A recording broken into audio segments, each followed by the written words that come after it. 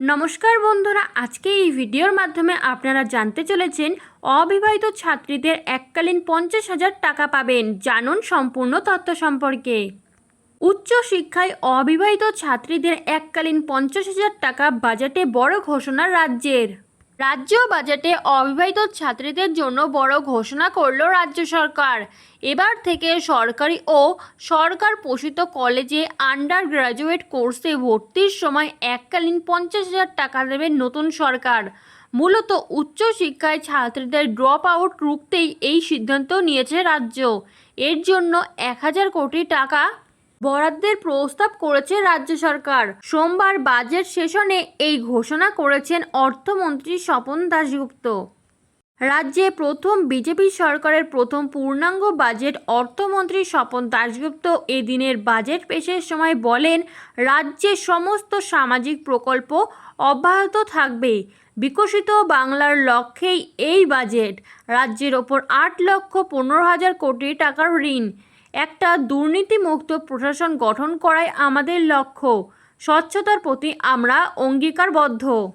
রাজ্যে 1 লক্ষ সরকারি শূন্যপদ পূরণ করা হবে। শূন্যপদে 33% মহিলাদের জন্য সংরক্ষিত।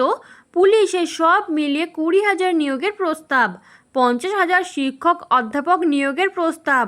শিক্ষাকর্মীদের জন্য 1,000 শূন্য পদের নিয়োগ। যেখানে প্রযোজ্য সেখানে 10% অগ্নিবীরদের জন্য সংরক্ষিত।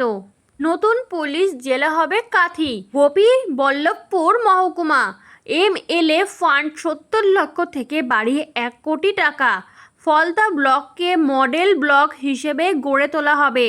জঙ্গিপুরের নদী ভাঙন রোধ 50 কোটি টাকা বরাদ্দ। হোমগার্ড NVF কর্মীদের মাসিক বেতন 2,000 টাকা বৃদ্ধি। রাজ্যে বাজেটে 50,000 শিক্ষক নিয়োগের প্রস্তাব।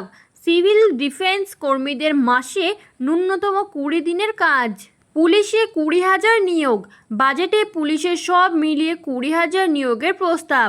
রাজনৈতিক মতবাদের জন্য হিংসার শিকার হলে সংগ্রামী ভাতা। রাজ্য সরকারি কর্মী পেনশনভোগীদের আরও 20% ডিএ ঘোষণা। রাজ্য সরকারি কর্মীদের ডিএ 18% থেকে বেড়ে 38% হারে ডিএ পাবেন রাজ্য সরকারি কর্মীরা। 1 অক্টোবর 2026 থেকে সরকারি কর্মীদের নতুন হারে ডিএ।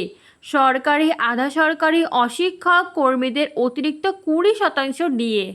এরকমই নতুন সরকারের গুরুত্বপূর্ণ তথ্য পেতে চ্যানেলটি সাবস্ক্রাইব করে বেল বাটনটি প্রেস করে চ্যানেলটির সাথে যুক্ত থাকুন।